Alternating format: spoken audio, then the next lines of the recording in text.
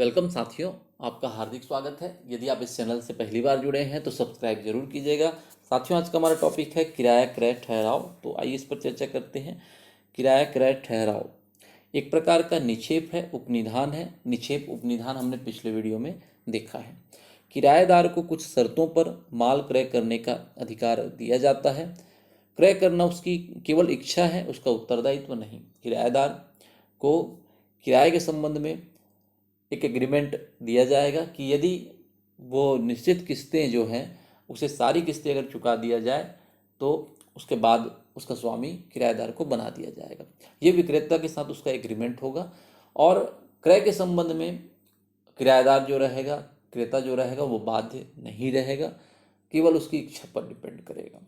अगर वो सारी किस्तें चुका दे तो चाहे तो माल को क्रय कर सकता है, और यदि नहीं चुकाता है तो माल उसको लौटाना होगा।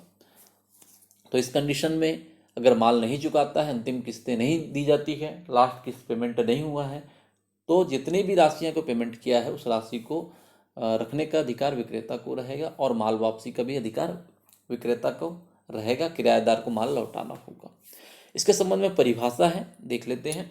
किराया क्रय अधिनियम की धारा 2C के अनुसार किराया क्रय ठहराव का आशय ऐसे ठहराव से है, ऐसे एग्रीमेंट से है जिसके अंतर्गत माल किराए पर दिया जाता है और जिसे क्रय करने का विकल्प क्रेता को समझौते की शर्तों के अनुसार होता है, तथा इसमें ऐसा ठहराव, ऐसा एग्रीमेंट शामिल किया जाता है जिसके अंतर्गत माल का स्वामी एक व्यक्ति को माल की सुपुर्दगी इस शर्त पर देता है कि वह व्यक्ति ठहराव की राशि सामयिक किस्तों में भुगतान करे। समय समय पर जो किस्त का भुगतान करेगा उसके अनुसार पेमेंट होगा। इस माल का स्वामित्व इस व्यक्ति को अंतिम किस्त, लास्ट किस्त, फाइनल किस्त चुकाने के बाद ही हस्तांतरित होगा। उससे पहले स्वामित्व का हस्तांतरण नहीं होगा। इस व्यक्ति को स्वामित्व हस्तांतरण होने से पूर्व किसी भी समय ठहराव को, एग्रीमेंट को समाप्त करने का अधिकार होता है। तो ये 3 महत्वपूर्ण पॉइंट है, इसे आप अच्छे से देख लीजिएगा। इसके बाद हम चर्चा करते हैं विक्रय तथा किराया क्रय ठहराव में क्या अंतर है।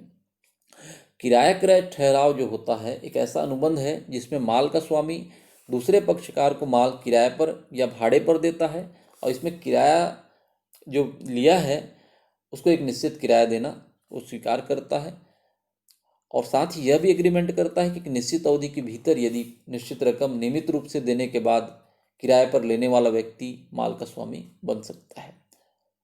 यदि निश्चित समय पर वो पेमेंट नहीं करता है तो क्रय करने का अधिकार उसका नहीं होगा। ऐसे कंडीशन में विक्रेता माल वापसी ले सकता है। इसके संबंध में दोनों में अंतर है, उसे देख लेते हैं। विक्रय में क्रेता तुरंत ही माल का स्वामी हो जाता है। किराया क्रय ठहराव में निर्धारित समय बीतने के बाद, सारी शर्तें पूरा होने के बाद ही जो क्रेता है वो स्वामी बनेगा। विक्रय का अनुबंध निष्पादित अनुबंध होता है क्योंकि वो तुरंत ही उसी समय डन हो जा रहा है, लेन देन हो जा रहा है, स्वामित्व का हस्तांतरण हो जा रहा है।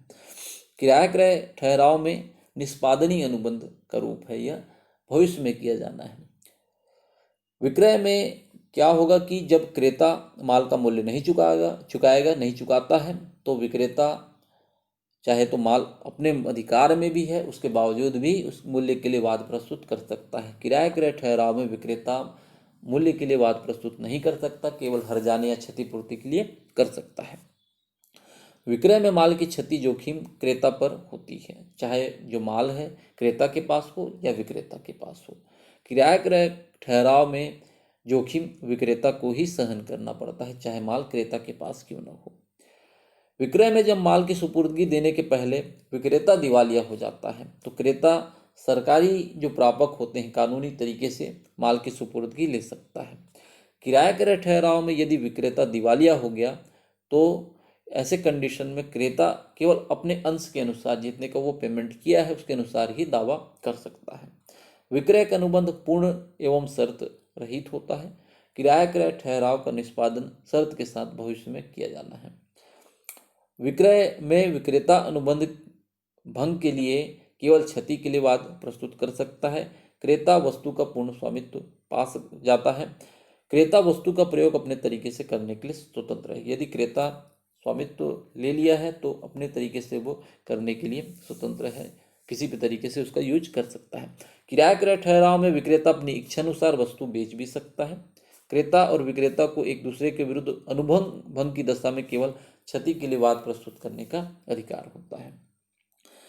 विक्रय में यदि क्रेता दिवालिया हो गया तो विक्रेता को क्रेता द्वारा खरीदा हुआ माल उसके सरकारी प्रापक कानूनी तरीके से सुपुर्द करने का कर्तव्य बनता है, उसका दायित्व है। किराया क्रय ठहराव में यदि क्रेता दिवालिया हो गया तो विक्रेता वस्तु का मूल्य न पाने पर माल की सुपुर्दगी देने से मना कर सकता है। किराया क्रय ठहराव में यदि क्रेता दिवालिया हो गया तो उसके उत्तराधिकारी को देने के लिए वो बाध्य नहीं है। विक्रेता में जब विक्रय में जब विक्रेता माल देने से त्रुटि करता है तो क्रेता केवल क्षति के लिए नहीं बल्कि तीसरे व्यक्ति पर भी माल के स्वामी के रूप में बात प्रस्तुत कर सकता है। किराया क्रय ठहराव में क्रेता अपनी क्षति के लिए ही बात प्रस्तुत कर सकता है, माल का स्वामी विक्रेता ही होता है।